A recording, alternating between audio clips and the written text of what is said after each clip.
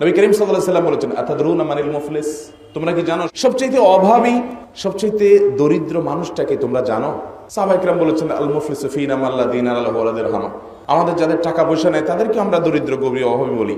নবী সাল্লাল্লাহু আলাইহি ওয়াসাল্লাম বলেছেন, না, আমি সেই মুফলিসকে বুঝাই নাই, শুনে রাখো, এ তো গরিব অভাবী, এর অভাব আর কয়দিন, দুনিয়ার জীবন একভাবে শেষ হয়ে যাবে, গরিবও কবরে চলে যাবে, ধনীও কবরে চলে যাবে, এটা আর এমন কোনো বিষয় না।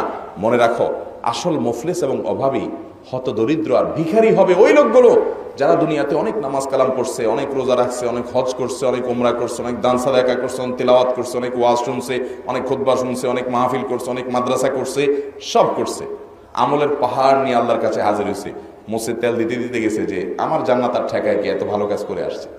সে দেখবে কিয়ামতের ময়দানে শত শত মানুষ তারে ঘিরে ফেলছে।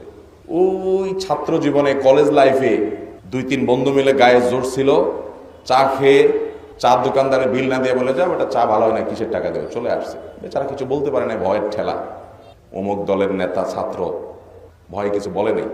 রিক্সাওয়ালা বেচারা চুরন থেকে নুন খসলে হয়তো একটু অসতর্ক হয়ে চালাইছে, হয়তো সে একটু পড়ে গেছে বা কিছু হয়েছে, টাকা তো দেয় না, উল্টা 2টা ঘুষি দিয়ে চলে আসছে, গালি দিয়ে চলে আসছে। যার যত অধিকার নষ্ট করছে ওই লোক, শেষ বসে এসে আমল আখলাক করে অনেক নেকামল নিয়ে গেছে, সব পাওনাদার হাজির হয়ে বলবে, আল্লাহ, এই লোক আমলে পাহাড় নিয়ে আসছে, আমাদের কিছু মামলা আছে তার ব্যাপারে। আল্লাহ শুনবেন, শুনানি করবেন, বলো, ই আল্লাহ, আমাকে অমুক দিন সেটা গালি দিছিল, আমার কিছু বলার ছিল না। আল্লাহ, আমার ধাক্কা দিছিল, কিছু বলার ছিল না। বাসার কাজের লোক, কাজের বুয়া, রিক্সাওয়ালা, দিনমজুর, অভাবী মানুষ ধরবে সব। হাজী সাহেব তো বিরাট বড় আমলের পাহাড় নিয়ে আসছে, মুছে তেল দিয়ে দিতে হাজী সাহেব জান্নাতে যাবে। তখন আল্লাহ তাআলা ওই পাওনাদারের পাওনা পরিশোধ করার জন্য বলবেন, পরিশোধ করো, এখানে তার টাকা পয়সা নেই, তাহলে কি দিয়ে পরিশোধ করবা? তোমার যে সব কামাই করছো, রাত জেগে নামাজ পড়ছো, তেলাওয়াত পড়ছো, এটা সব থেকে তারে কিছু দাও, দিয়ে আল্লাহ মুক্ত করবেন। একজনের করে পাওনাদারের মামলা নিষ্পত্তি করবেন। নিষ্পত্তি করতে করতে দেখা যাবে পাওনাদার এখনো শেষ হয় নাই, বেচারার আমল শেষ, এত মানুষের হক নষ্ট করেছে, কিন্তু পাওনাদার এখনো আছে। তাহলে কি হবে? আমল তো শেষ হয়ে গেছে।